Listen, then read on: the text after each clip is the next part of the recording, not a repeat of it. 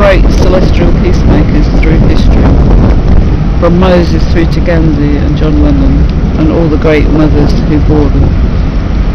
We the great, quite often not known,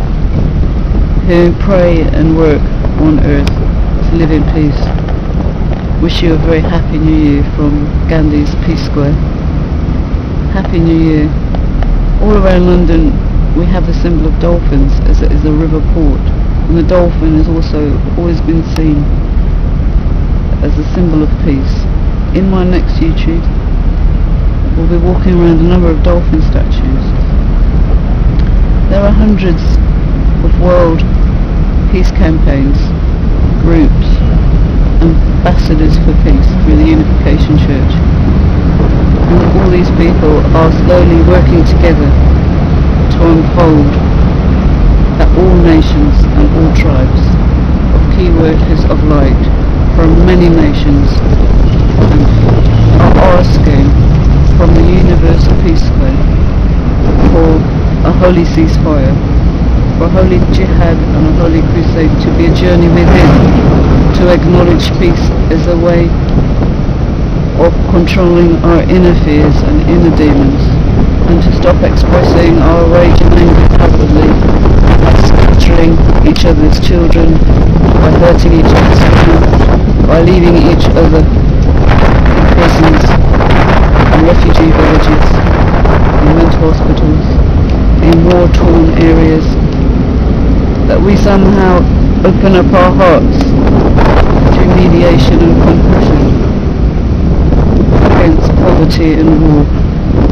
which our great grandfather Gandhi says, to put down our arms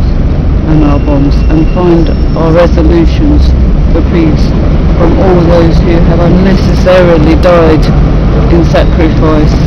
in wars as soldiers or as victims or as street children or as this big ricochet of suicide bombers in the last 10 years, and our dear lady in Pakistan and many of the people who have unfortunately died across Israel on the Jewish and Palestinian border, that we can find a way to overcome this sacrificial age in a resolution to wash away the bloodstains, to wash away all our pain and worship the compassionate mother, the mother of hope, the mother, and respect our flesh and respect all our brothers' flesh, that we would not hurt anybody else's flesh. And in the bombings of 205 that happened over here, we ask all those celestial angels who died to be received into heaven, and for all the bombers to be forgiven, that they might find a way home to a more spiritual life. We have asked for all the governments to have a holy ceasefire, a day of international forgiveness, and a day of resolution, and a day of international world disarmament, to utilise all world money for hospitals, as the great hospital here. And I think in a way that maybe this is what the bomber was saying in 205. He died in front of a hospital, in front of a peace square. I think he wanted to see more world peace, more world medicine, more world health problems sorted out, and he didn't know how to express it, but through the grace of his extraordinary divinity, somehow his questions were strangely answered by dying in front of Gandhi by the hospital. Especially the poverty in a lot of Middle Eastern countries, and especially the refugee villages, and especially the lack of education and hospitals, and the amount of oppression that many of these young brothers who've joined Hamas or Al-Qaeda have had to see, that they've been brainwashed into joining these regimes. As in across the European and American cultures, you have the street gangs. A lot of these brothers who end up in prison or drugs, they have seen so much poverty that we're asking the governments to really look at poverty and international arms trading, and the right to join the ambassadors for peace. On May the 15th, we ask you to look yet again at the Conscientious Objection Day, as noted that this square is a reflection of all those who have refused to be violent. And while many don't know how to overcome such passion and emotion, who have actually died violently, we ask them to be given the strength that this information can be given out, so that we have enough light from the celestial angels, from the universal planets, from the great spiritual realms of heavenly quarters, that